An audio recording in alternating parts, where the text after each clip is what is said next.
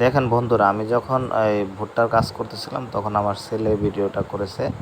তো কি সুন্দর অপরূপ দৃশ্য দেখেন। আসলেই এই ভুট্টার থেকে কিভাবে মেশিনের মাধ্যমে এই ভুট্টার থেকে যে ভুট্টার দানাগুলি বের করা হচ্ছে।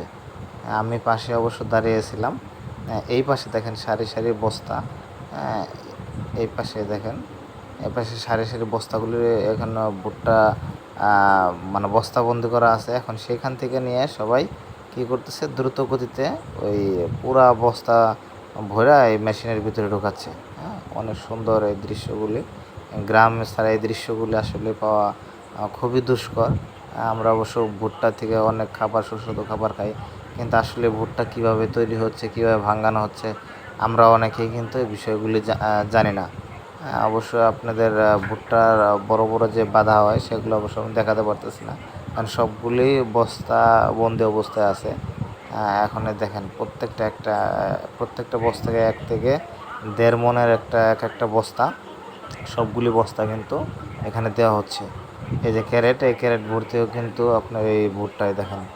আমার ছেলে হয়তো দেখানোর চেষ্টা করতেছিল যে ভুট্টাগুলি অনেক সুন্দরভাবে সাজিয়ে রাখছে। দেখুন অলরেডি এই ভুট্টা ভাঙাইতে গেলে একসাথে কিন্তু 4 থেকে 5 জন লোক কিন্তু কন্টিনিউ লাগে কিন্তু দেখেন। না হলে মেশিনে কিন্তু খরচ কিন্তু কুলানো কিন্তু খুব দুষ্কর হয়ে যায়, কারণ প্রচুর পরিমাণে এটা তেল খায় বন্ধুরা। দেখেন ওখানে কিন্তু 1 2 3 4 5 জন কিন্তু কাজ করতেছে কন্টিনিউ।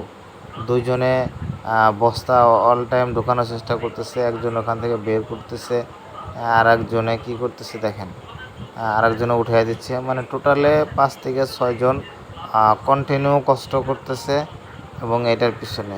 এরপরেই হয়তো বা এটা দেওয়ার পরে ওখানে বেশি যখন আটকে যাবে তখন সমস্যা হবে, এই কারণে একজনে ওখান থেকে কী করতেছে, টানতেছে।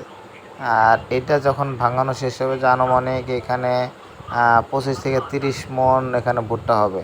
হ্যাঁ, তো বন্ধুরা পরবর্তী আর একটা ভিডিওতে দেখানো হবে এটা কীভাবে শুকানো হলো।